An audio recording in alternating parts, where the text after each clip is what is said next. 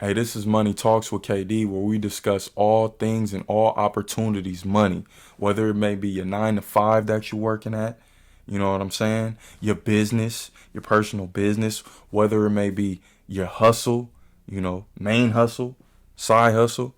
Hey, whatever it is, man, we discussing it here. So, if you don't have any ideas, we're gonna show you how to collect a bag right here, man. I know some of you thinking, I used to be a baller. I used to, like Iverson, cross him up. I used to be a star football player.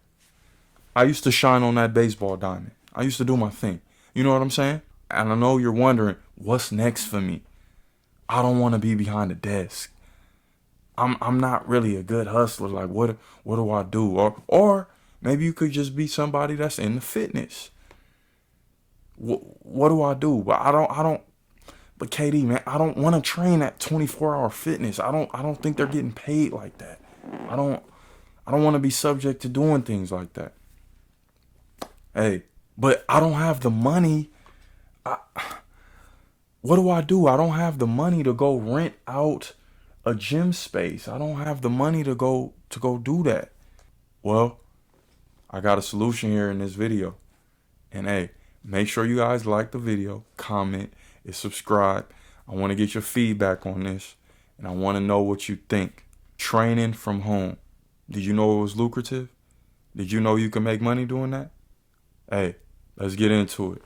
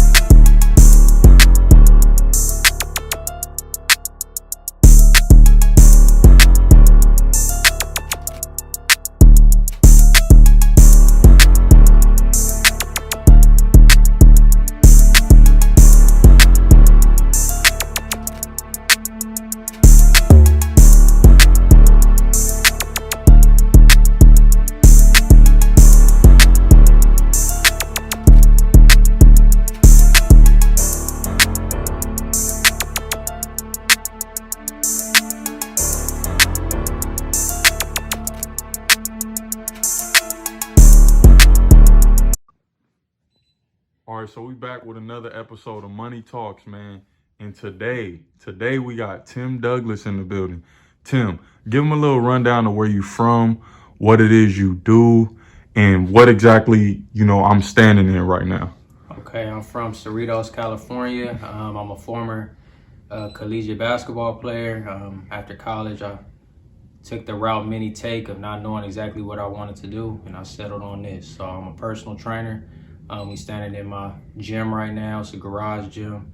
Parents were gracious enough to let me use that garage and put some equipment in it, and this is where I get most of my work done.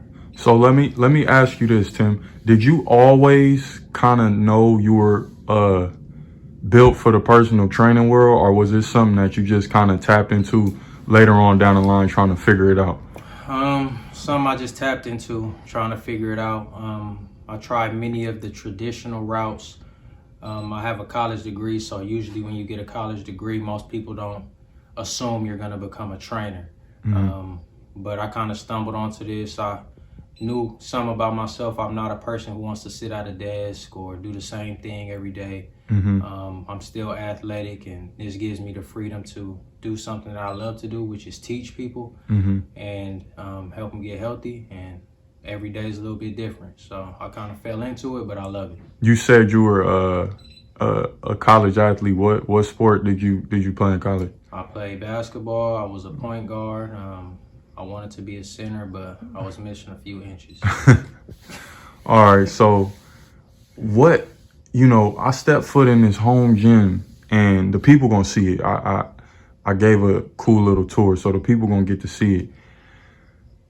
How much work and how much time did it take for you to build this gym for the people out there who are trying to get an idea of, maybe they want to build a home gym for themselves? what did it take? How did you put this whole thing together? First, you got to decide you want to have one.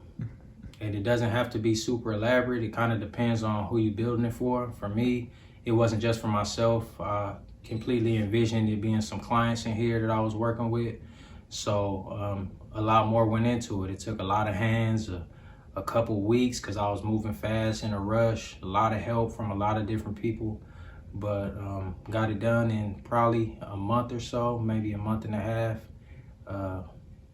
And it wasn't easy. How much money would you say went in all the equipment for somebody who's just starting up and wanting to invest in one of these things? What's the startup cost looking like? Again, it depends on what kind of gym you're trying to build. Are you building it for yourself? Are you building it to house clients? Are you building it for other people? Not to cut you off, but you're an entrepreneur. Mm-hmm. This is somewhat of an entrepreneur channel, as well as people who want to, look into different career paths. Okay. So with you being an entrepreneur and those who are looking to actually make money off of this, how much would you say that start off cost was? Start off for basic equipment, flooring. If you got some painting to do and stuff like that, I'll probably say at least probably 10 to start. 10 grand to start. 10 grand. So you guys out there hearing that, whatever you got to do to save up that 10 grand, whether it may be working your 9 to 5 or putting in hustles, Uber, Lyft, whatever it is that you do, stack that 10 up to the side, so you can get that home gym started. Tim, as far as your own schedule and creating your schedule, what does that look like for a personal trainer, somebody who's doing this full time? So you have to decide what hours you want to work. When you're an entrepreneur, that's one of the benefits. You get to decide when you're available and when you're not available. For me, I love doing it, so I'm available basically whenever my clients are available. So I can start a day at 6 and end it at 9 or 10. But that's completely up to you. So for me, one of the things that I like to do is give people their own set schedules. So if somebody's schedule is Monday, Wednesday, Friday, it can be at 6 a.m., it could be at 7 a.m., or it could be at 7 p.m. So I kind of get to dictate what hours are open and what hours aren't open. What's your limits? Like, if if you were able to, how many people is Tim getting in a day? And how much money does that correlate to? Like, let's say you got 8 heads or 9 clients that day. Like, what's a normal day for you? And what does that usually add up to money-wise on a daily?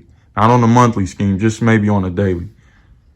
On a daily, it depends on the hours I work. So I say I sell my packages monthly. So if I had to think about what the average price for those would be somewhere between 35 to 40 an hour on average.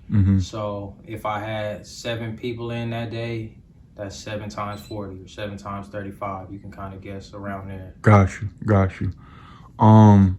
As far as clientele, can you let the people know how you find your clientele? What's a good way? I mean, of course, social media is one, but do you have any other outlets that you go through to try to find customers? Social media is a good one, but if you're trying to do in-person training, I would say it's highly overrated.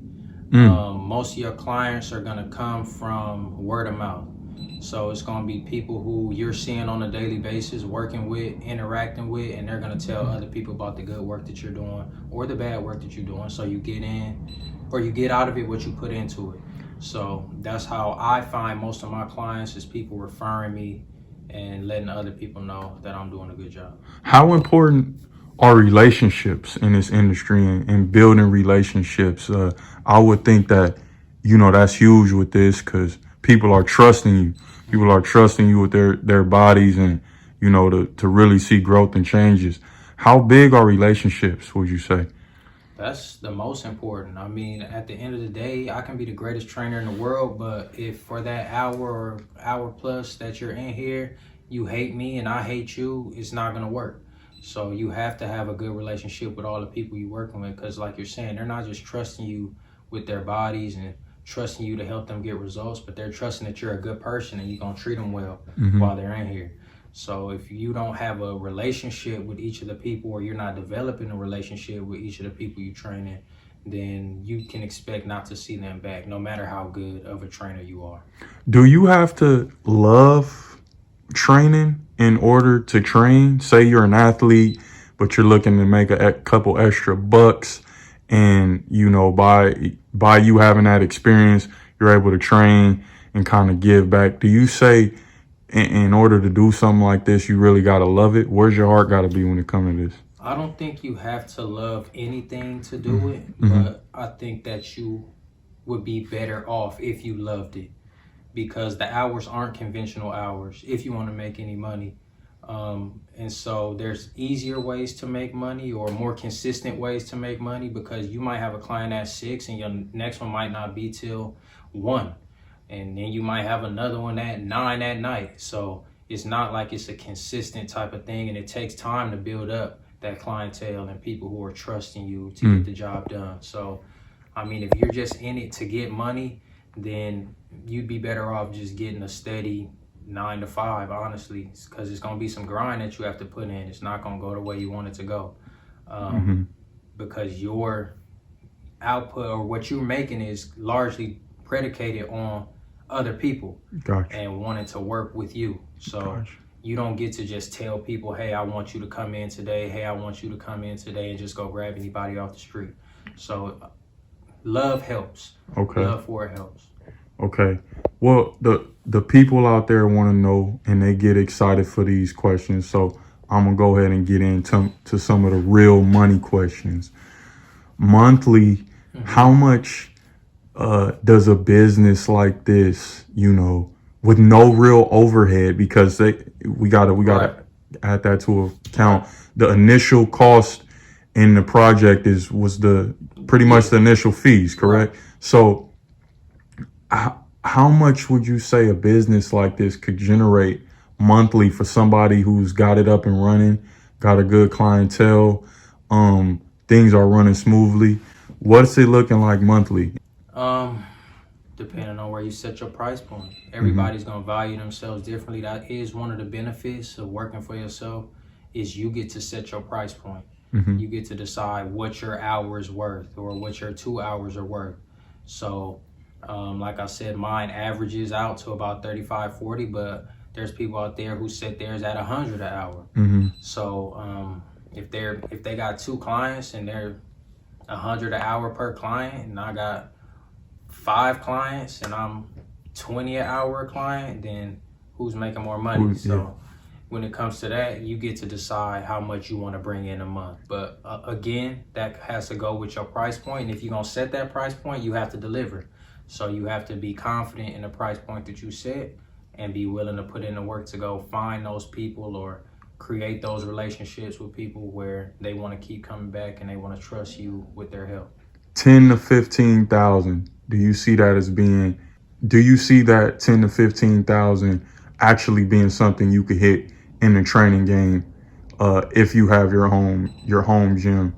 Do you see that being realistic? You can. Again, it's how much are you charging an hour? How many clients do you have? And how much time are you willing to put in? If you want to work 10 hours that day, if you want to work 12 hours that day, and you want to charge 50 an hour or whatever, you don't have to work that much, but you get to dictate how much you make at the end of the day.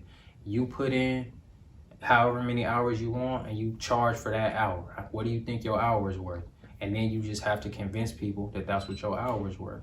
So if you can do that, then you can definitely clear 10, 15,000, depending on how big you can build that clientele. All right, man. Well, you guys heard it here first from Tim Douglas at Big Dog Performance Training. If you guys ever in Cerritos, maybe tap in. I'll leave the his link in the description. Did you want to leave us with any last words, any last motivating words for the people who may want to get into this?